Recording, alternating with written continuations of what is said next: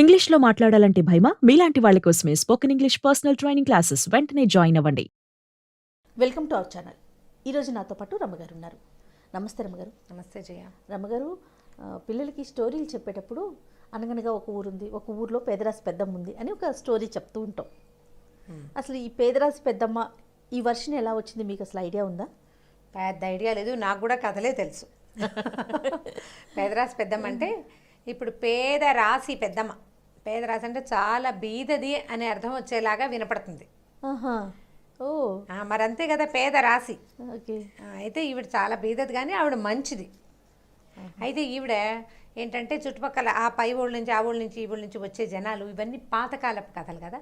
ఇప్పుడు ఊళ్ళలో అరుగులు ఉంటాయి జయ, ఇళ్ళకి. పల్లెటూళ్ళలో రచ్చబండలే కాదు, రచ్చబండ కాదు, ఇంటికి కూడా వాకిట్లో పెద్ద అరుగు, చిన్న అరుగు, 2 అరుగులు ఉంటాయి.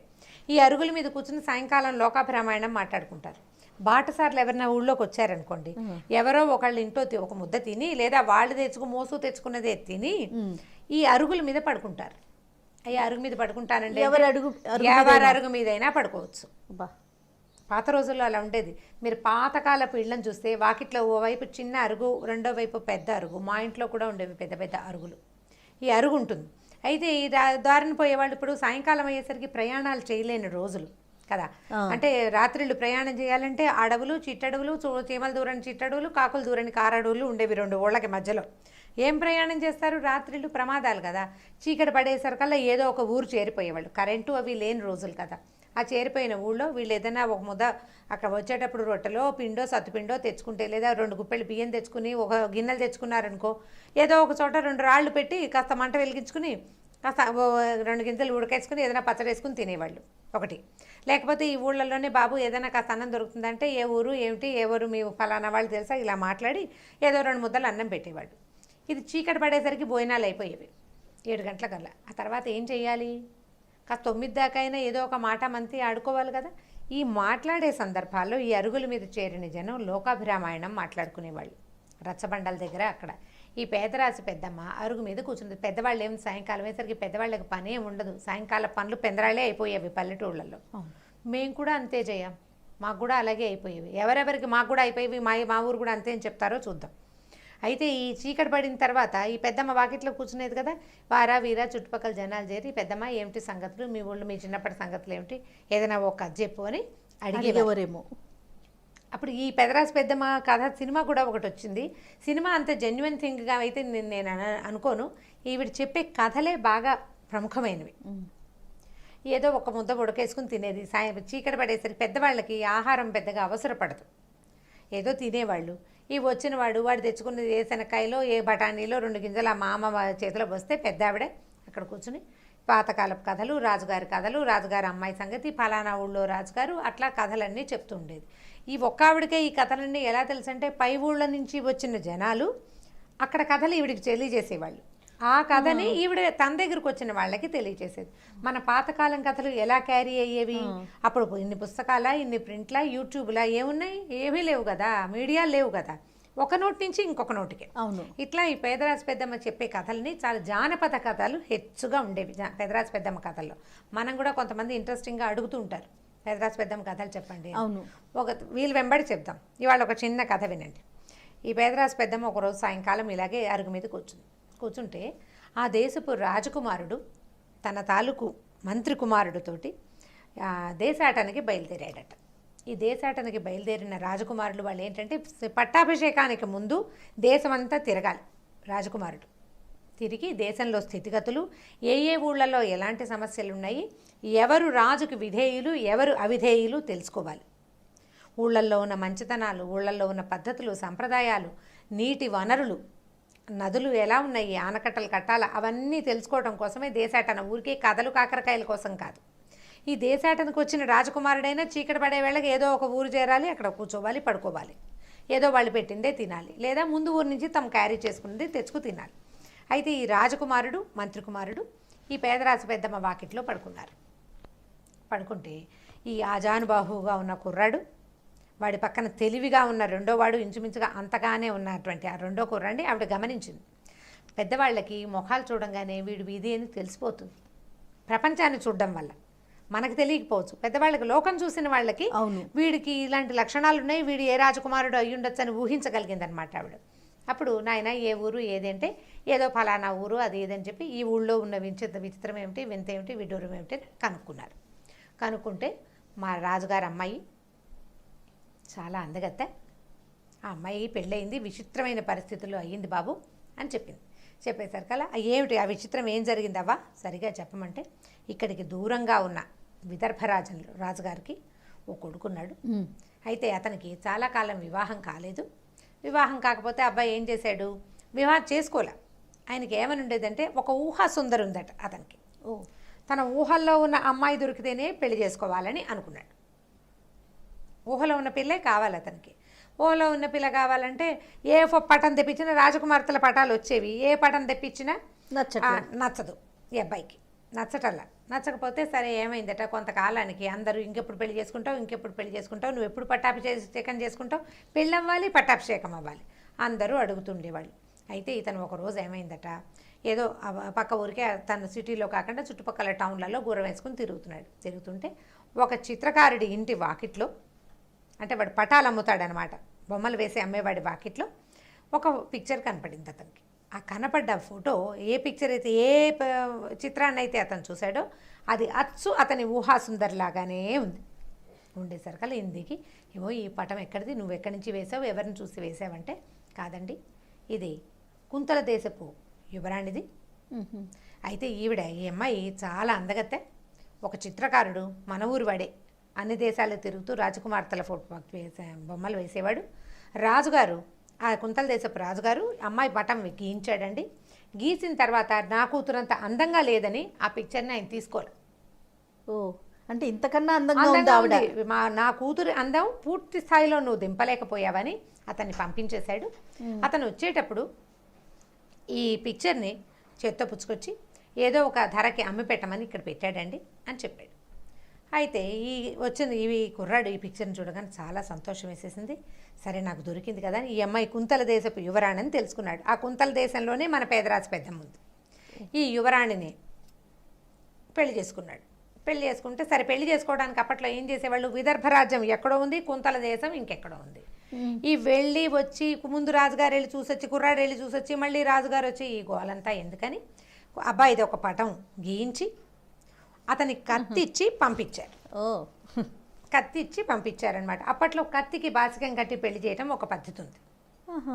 రాజుగారి కత్తిని పంపిస్తారు ఆ ఊరు. కత్తితోటి సాంగంగా వివాహం జరిపిస్తారు. పెళ్ళైపోయినట్టే అమ్మాయిని ఇక్కడికి తీసుకొస్తారు.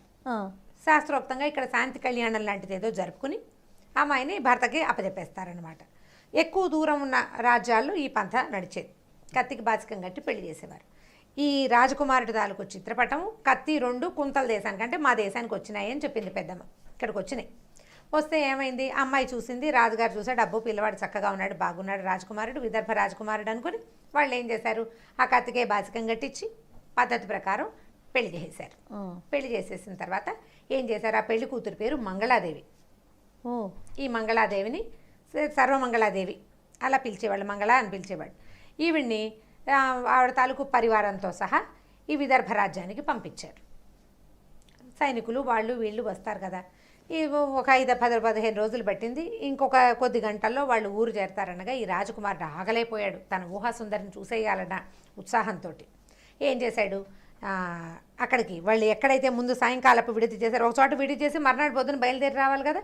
ఎక్కడ వాళ్ళు విడిది చేస్తారో అవన్నీ ప్లాన్ ప్రకారమే కదా జరుగుతాయి. ఈ అబ్బాయి ఏం చేశాడంటే, రాజకుమారుడు భార్యను చూడడం కోసం గుర్రం వేసుకుని అక్కడికి పరిగెత్తుకుంటూ వెళ్ళిపోయాడు. వెళ్ళిపోతే ఏమైంది, ఈవిడేమో లోపల అంతఃపురంలో వాళ్ళకి ఏదో డేరా కట్టారు, ఆవిడ లోపల ఉంది. ఈవిడేం చేశాడు, చుట్టుపక్కల ఉన్న సైనికుల్లో ఒక సైనికుడిని పట్టుకున్నాడు. ఏమో మీ రాజకుమార్తె చాలా అందగత్తెటు కదా, నేను ఆవిడ చూడడానికే వచ్చాను, ఏది చూపించవా అని అడిగాడు. అడిగేసరికల్లా వాడేం చేశాడు, వాడు కొంచెం కొంటెతనానికి, వాడు కొంచెం అల్లరివాడనమాట సైనికుడు. గుంపుగా వస్తున్నటువంటి చిలకత్తెల్లో కాస్త గైరుగా కొంచెం నగలు పెట్టుకుని ఉన్న అమ్మాయిని, అదిగో ఆవిడే సర్వమంగళాదేవి అని చూపించాడు. చూపించేసరికి ఈయన తెల్లబోయాడు. ఇదేమిటి, ఈ అమ్మాయి ఇంత సన్నగా ఉంది, ఇంత పొడుగ్గా ఉంది, నేను చూసిన పిక్చర్ ఏమో ఇంకోటి, ఈ అమ్మాయి ఇలాగుందని అతను చాలా దిగులు పడిపోయాడు. ఇప్పుడు పనిమాల కత్తి పంపించి పెళ్లి చేసుకున్నామా, కాదంటే ఇట్లా కుదరదు. అయ్యో నా ఊహాసుందరిని పెళ్లి చేసుకోలేకపోయానని చాలా దిగులతోటి అతను కాస్త వెనక్కి వెళ్ళిపోయాడు, ఇంటికి వెళ్ళిపోయాడు. తెల్లవారేసరికల్లా రాజకుమార్తె అత్తవారిల్లు చేరిపోయింది. ఇల్లు చేరిపోతే ఈయన ఏం చేశాడు, ఈ రాజకుమారుడు మధ్యాహ్నం సాయంకాలం అయ్యేదాకా ఈ అమ్మాయిని చూడడానికి రాకుండా సాయంకాలం నేను వస్తున్నాను, దీపాలన్నీ ఆర్పేయండి, దీపాలు వెలిగించద్దు, రేపు పగటిపూట రాజకుమార్తె నా కంటపడ్డానికి వీల్లేదు అని శాసనం చేశాడు. ఆయన చీకట్లో వచ్చేవాడు, చీకట్లో భోజనం చేసేవాడు, చీకట్లోనే భార్యతోటి స్పెండ్ చేసి వెళ్ళిపోయేవాడు. పగలు ఎప్పుడూ భార్యను చూసేవాడు కాదు. ఎందుకంటే ఊహాసుందరిని పెళ్లి చేసుకోలేకపోయాను, ఆల్రెడీ చేసుకున్న పెళ్ళతో ఎలాగోలాగా ఈ అమ్మాయితోటి కాపురం చేయాలి, ఎందుకంటే కత్తి పంపించి ఇంకో రాజకుమార్తెను తెప్పించాము, ఇప్పుడు కాదు కూడదంటే రాజ్యాల మాట పోతుంది, వాళ్ళు అవమానపడతారు, అది చేయకూడని తప్పుగా భావించి భార్యని చూడకుండా మేనేజ్ చేసుకునేవాడు. ఇలా జరిగింది. అయితే కొంతకాలం అయిన తర్వాత ఈ అమ్మాయట ఏం చేయాలో తెలియక, ఏమిటి ఇతను రాత్రిపూట తప్పిస్తే పగటిపూట నాతో మాట్లాడు, నన్ను చూడ్డు, నేను ఏం చేయాలి అని చాలా మదన పడితే వాళ్ళు ఏం చేశారట, ఈ పేదరాశి పెద్దమ్మకి కబురు చేశారు. అమ్మాయి అంచెల ద్వారా పేదరాశి పెద్దమ్మ కబురు చేసి, నా పరిస్థితి ఇలా ఉంది, నాకు ఏం చేయాలో తెలియటం లేదు, నాకు నువ్వు సహాయం చేయమంటే పేదరాశి పెద్దమ్మని రెండు గుర్రాలు పుంచిన ఒక బండి ఎక్కించి ఆ అమ్మాయి దగ్గరికి పంపించారు. ఈ ఊరు వచ్చింది ఆవిడ. వస్తే పేదరాశి పెద్దమ్మ ఏమందంటే, ఇతను పగలు చూడట్లేదు అంటే ఏదో ఉంది కారణం, కావాలని చేసుకున్నాడు, ఈ అమ్మాయే కావాలని చేసుకున్నాడు కదా, ఏదో కారణం ఉందమ్మా, అసలు పగటిపూట అతను ఎక్కడుంటాడో కనుక్కుంటానని ఒక ముసలి దాది సహాయంతో ఈ రాజకుమారుడు ఎక్కడుంటాడంటే అతను ఎప్పుడు గోశాలలో స్పెండ్ చేస్తాడు, ఆయనకి గోవులంటే ఇష్టం. ఓహో, సరే ఏం చేశారు, ఈ రాజకుమార్తెని 2-3 రోజులు గమనించారు, ఈ అబ్బాయి ఇక్కడ ఉంటాడని. ఈ పెదరాశి పెద్దమ్మ ఏం చేసిందట, ఈ రాజకుమార్తెని, అమ్మాయి ఈ మంచి అలంకారం అంతా తీసేయమ్మా రాజకుమారి, నువ్వు తేలిగ్గా మామూలు దాసి వాళ్ళు మామూలుగా వేసుకున్నట్టుగా బట్టలు వేసుకోమని చెప్పింది. సరే తీసుకెళ్ళి ఆ గోశాలకి తీసుకెళ్ళేసరికల్లా ఆ గోశాలలో ఈ రాజకుమారుడు రాజకుమార్తె ఇద్దరు ఎదురుపడేసరికి నిర్ఘాంతపోయాడు. ఇదేంటి నా ఊహాసుందరి ఇక్కడికి వచ్చేసింది, ఎలా వచ్చేసింది ఇక్కడికని చాలా ఆశ్చర్యం వేసింది అనమాట. ఆశ్చర్యం వేస్తే ఈ పేదరాజు పెద్దమ్మ ముసలి దాది ఇద్దరు ఉన్నారు కదా, బాబు మా అమ్మాయికి ఒంట్లో బాగుండలేదు, పచ్చి పాలు ఆవు నుంచి డైరెక్ట్గా తీసుకోమన్నాడు వైద్యుడు, అందుకోసం తీసుకొచ్చా, మీ దగ్గర బోళ్ళు గోవులు ఉన్నాయి కదా, కాస్త ఆ వైద్యం చేయిస్తే మా పిల్లకి అనారోగ్యం తగ్గుతుంది బాబు, వేడి చేసింది అని చెప్పేసరికల్లా సరే ఏం చేశాడు, ఆయన అమ్మాయి మీద నుంచి కన్ను మరలటం లేదు, అతనికి చూపు మరల్చుకోలేకపోతున్నాడు, చాలా ఇదిగా ఉంది, అంటే ఎక్సైటింగ్గా ఉంది, ఏం చేయాలో తెలియటం లేదు. మా మనవరాలు అనేసరికల్లా ఈ ముసలి దాది మనవరాలు అన్న ఊహాసుందరి కుంతల రాజకుమార్తె అనుకున్నానే, కుంతలరాజు కూతురు అవ్వాల్సిన అమ్మాయి ఇలా ఉండటం ఏమిటి, అతనికి ఏం చేయాలో తెలియలేదు. సరే ఏం చేశాడు, అలాగే ఆ వంక ప్రేమగా చూస్తూ ఈ వైద్యం చేయించాడు, ఆవు పాలు పితికి ఆ అమ్మాయి చేతికిచ్చి ఏం చెప్పాడంటే ప్రీతిగా, మరి ఇలాంటి వైద్యాలు 40 రోజులు చేయాలి కదా, కాబట్టి రోజురా నేనే స్వయంగా నీకు పాలు పితికించి ఇస్తానని చెప్పాడు. సరే భర్తను అట్లా తనివి తీరా పగటిపూట చూసిన ఈ అమ్మాయి రోజు వచ్చేది. 40 రోజులు ప్రతిరోజు పగటిపూట ఆయన ఉత్సాహభరితంగా ఉండేవాడు, రాత్రిపూట డల్గానే ఉండేవాడు. ఎందుకంటే ఊహాసుందరిని పెళ్లి చేసుకోలేకపోయాను, ఈ అమ్మాయిని ఎవరినో చేసుకున్నాను.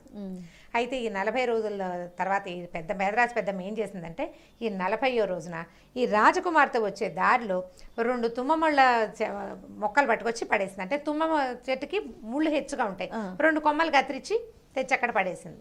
ఈ అమ్మాయి గబగబా నడిచొస్తూ అదాటుగా దాని మీద కాలేసింది, తుమ్మ ముళ్ళు గుచ్చుకుంది. రాజకుమార్తె ముళ్ళు గుచ్చుకుంటే ఆగగలదా, అమ్మో అని ఇవిడ కేక పెట్టేసరికి పరిగెత్తుకుంటూ అతను వచ్చి ఏం చేశాడంటే ఈ ముళ్ళుని అలాగా తీసాడు కాళ్ళలోంచి. తీస్తే కొంచెం నొప్పి పెడుతుంది కదా, తుమ్మ ముళ్ళు మహా నొప్పి, ఎక్కువ రోజులు నొప్పి ఉంటుంది. అక్కడి నుంచి సాయంకాలం వైద్యం అయిపోయింది, ఇద్దరు కాసేపు ఏదో ఆ మాట ఈ మాట మాట్లాడుకున్నారు. ఆయనకి పెద్దగా మాటలు ఏం లేవు, పాప అమ్మాయిని చూడడంతో ఆయన ఇదైపోతుంది అనమాట. అక్కడి నుంచి సాయంకాలం ఇంటికి వెళ్ళాక ఎవడేం చేస్తుంటే పెదరాశి పెద్దమ్మ, అమ్మ ఇక నీ జీవితం చచ్చిపడిపోయినట్టే, తుమ్మ ముళ్ళుతోటే నీ వైద్యం అయిపోయింది, నేను వెళ్ళిపోతానని నేను వచ్చేసాను, తర్వాత ఏం జరిగిందో తర్వాత నాకు ఉత్తరం వచ్చిందని రాజకుమారుడికి చెప్పింది. ఏం జరిగింది అని అడిగాడు రాజకుమారుడు పేదరాశి పెద్దమ్మని. చాలా తేలిగ్గా జరిగిపోయింది నాయన, మర్నాడు పొద్దున రాజకుమార్తె కుంటింది, రాత్రికి బాగా నొప్పి చేసింది కాలు, రెండో రోజుకి ఎక్కువ నొప్పి చేస్తుంది కదా, రాత్రి అర్ధరాత్రి కేకలు పెట్టింది, నా కాలు నొప్పెడుతోంది అనేసరికి రాజకుమారుడు ఏం చేస్తాడు, అప్పటిదాకా దీపాలు లేకుండానే ఉన్నాడు. ఇక విసుగుపుట్టి ఈ అమ్మాయి ఏడుస్తుంటే ఏం చేస్తాడు, భార్య కదా, అందుకని దీపం తెండిరా అని కేకేశాడు. దీపం పుచ్చుకొచ్చేసరికల్లా కాల్లో ఏం దిగింది అని ఆ కాలు పట్టుకున్నాడు. కాలు పట్టుకుని చూస్తే తను ఎక్కడి నుంచి ముళ్ళు తీశాడో అక్కడే ముళ్ళు అదే కనపడుతుంది. అదే కాలు అదే ముళ్ళు. కాలుదే ఉంది, ఆడపిల్లల కాళ్ళు ఇంచుమించుగా లేతగా అలాగే ఉంటాయి. అక్కడి నుంచి ఆ దీపం ఇటు పట్టుకుండరా అని చెప్పింది అనమాట ఆవిడ. ఆ దీపం పట్టుకునేసరికల్లా ఆవిడ మొహంలోకి చూస్తోంది, రాజుగారి మొహంలోకి. అప్పుడు అప్పటికి అర్థమైందనమాట ఆయనకి, ఎదురుకుండా ఉన్నది తను పొద్దున ముళ్ళు తీసిన అమ్మాయే ఉంది అని. తలెత్తి చూసి ఆయన, అదేమిటి నువ్వున్నావు అని అడిగితే, అదే నువ్వు నా రాజకుమారుడు ఎలా ఉంటాడో చూద్దామని 40 రోజుల నుంచి తిరిగాను. పొద్దున చూసిన అమ్మాయే నాతోటి రాత్రి ఉందని నువ్వు తెలుసుకోలేకపోయావు. పగటిపూట నా భర్త ఎలా ఉంటాడో నేను తెలుసుకోగలిగాను, రాత్రిపూట ఎలా ఉంటాడో చూడడానికే ఇప్పుడు దీపం తెప్పించాను అని చెప్పింది. అక్కడి నుంచి ఈ రాజకుమారుడు చాలా సంతోషించి, ఇట్లా ఆయన మిస్లీడ్ అయ్యాడు కదా, నేను మిస్లీడ్ అయ్యానని ఆమెకు చెప్పాడు. తర్వాత వాళ్ళిద్దరూ చాలా హాయిగా, మనం ఇంగ్లీష్ కథల్లో చెప్తారు హ్యాపీది లివ్డ్ ఎవర్ ఆఫ్టర్ అని, అంటే తర్వాత కాలం అంతా సుఖంగా హాయిగా గడిపారు. ఈ కథని ఇట్లా జరిగింది అని ఈ పేదరాశి పెద్దమ్మ ఈ రాజకుమారుడికి చెప్పింది. అయితే రాజకుమారుడు అన్నాడు, నువ్వు ఎంత సహాయకారివి, నువ్వు చాలా తెలివిగల దానివి. ఒక 40 రోజుల పాటు వాళ్ళిద్దరి మధ్య స్నేహ సౌహార్ద్రం పెరగడానికి నువ్వు సహాయం చేసావు. ఆ తర్వాత ఇప్పుడు ఆమె అందగత్తె అని తెలుసుకుంటే ఒక విషయం, అంటే ఇప్పుడు ఆమె భార్య సౌందర్యవతి అని ప్రీతి చెందటం కాకుండా 40 రోజుల పాటు ఆమెతో రెగ్యులర్గా రోజువారీ కలుస్తూ ఆమె పైన ఇంకా ప్రీతిని, అతని స్వభావం పట్ల ఆ అమ్మాయికి ప్రీతిని కలగజేసింది అనమాట ఈవిడ. దానివల్ల ఈ ముందు కాలంలో కూడా రాజు రాణి సౌందర్యానికి అంటే ఇంపార్టెన్స్ లేకుండా వాళ్ళు ప్రీతిగా మనస్తత్వాలు తెలిసేలాగా చేసి ఎక్కువ కాలం ప్రీతిగా ఉండేలాగా చేసింది. ఆ తర్వాత ఆ రాజు విదర్భ రాజకుమారుడు ద్వితీయ వివాహం చేసుకోవాలి, ఈవిడ ఒక్కదాంతో ఆయన సంసారం చేశాడు, సంతానానికి అన్నాడు, చాలా గొప్పగా రాజ్యం చేశాడని కథ ఈ పేదరాశి పెద్దమ్మ చెప్పిందనమాట. సో ఈ పేదరాశి పెద్దమ్మ కథలన్నీ జానపద కథలే, అన్నీ జానపద కథలే. కొన్ని ఆవిడ ఇన్వాల్వ్మెంట్ డైరెక్ట్గా ఉన్నవి, కొన్ని లేనివి కూడా పెదరాశి పెద్దమ్మ చెప్పిన కథగా మనం చెప్పుకోవచ్చు. కొన్ని కథలు ఏమైనా వీలు వెంబడి మళ్ళీ చెప్తాం. ఓకే రమ్మగారు, స్టోరీ కూడా చాలా ఇంట్రెస్టింగ్గా అనిపిస్తుంది. బహుశా ఇది తల్లులకి, మదర్స్కి, పిల్లలకి చెప్పచ్చు కదా, దీని బ్రీఫ్గా పిల్లలకి చెప్పుకోవచ్చు, అదే మన వర్షన్లో మార్చుకొని చెప్పుకోవచ్చు బహుశా. ఓకే రమ్మగారు, నమస్తే అండి. నమస్తే. ఈ వీడియో కనుక మీకు నచ్చినట్లయితే లైక్ చేయండి, షేర్ చేయండి. మరిన్ని వీడియోస్ కోసం మా ఛానల్ని సబ్స్క్రైబ్ చేసుకోండి.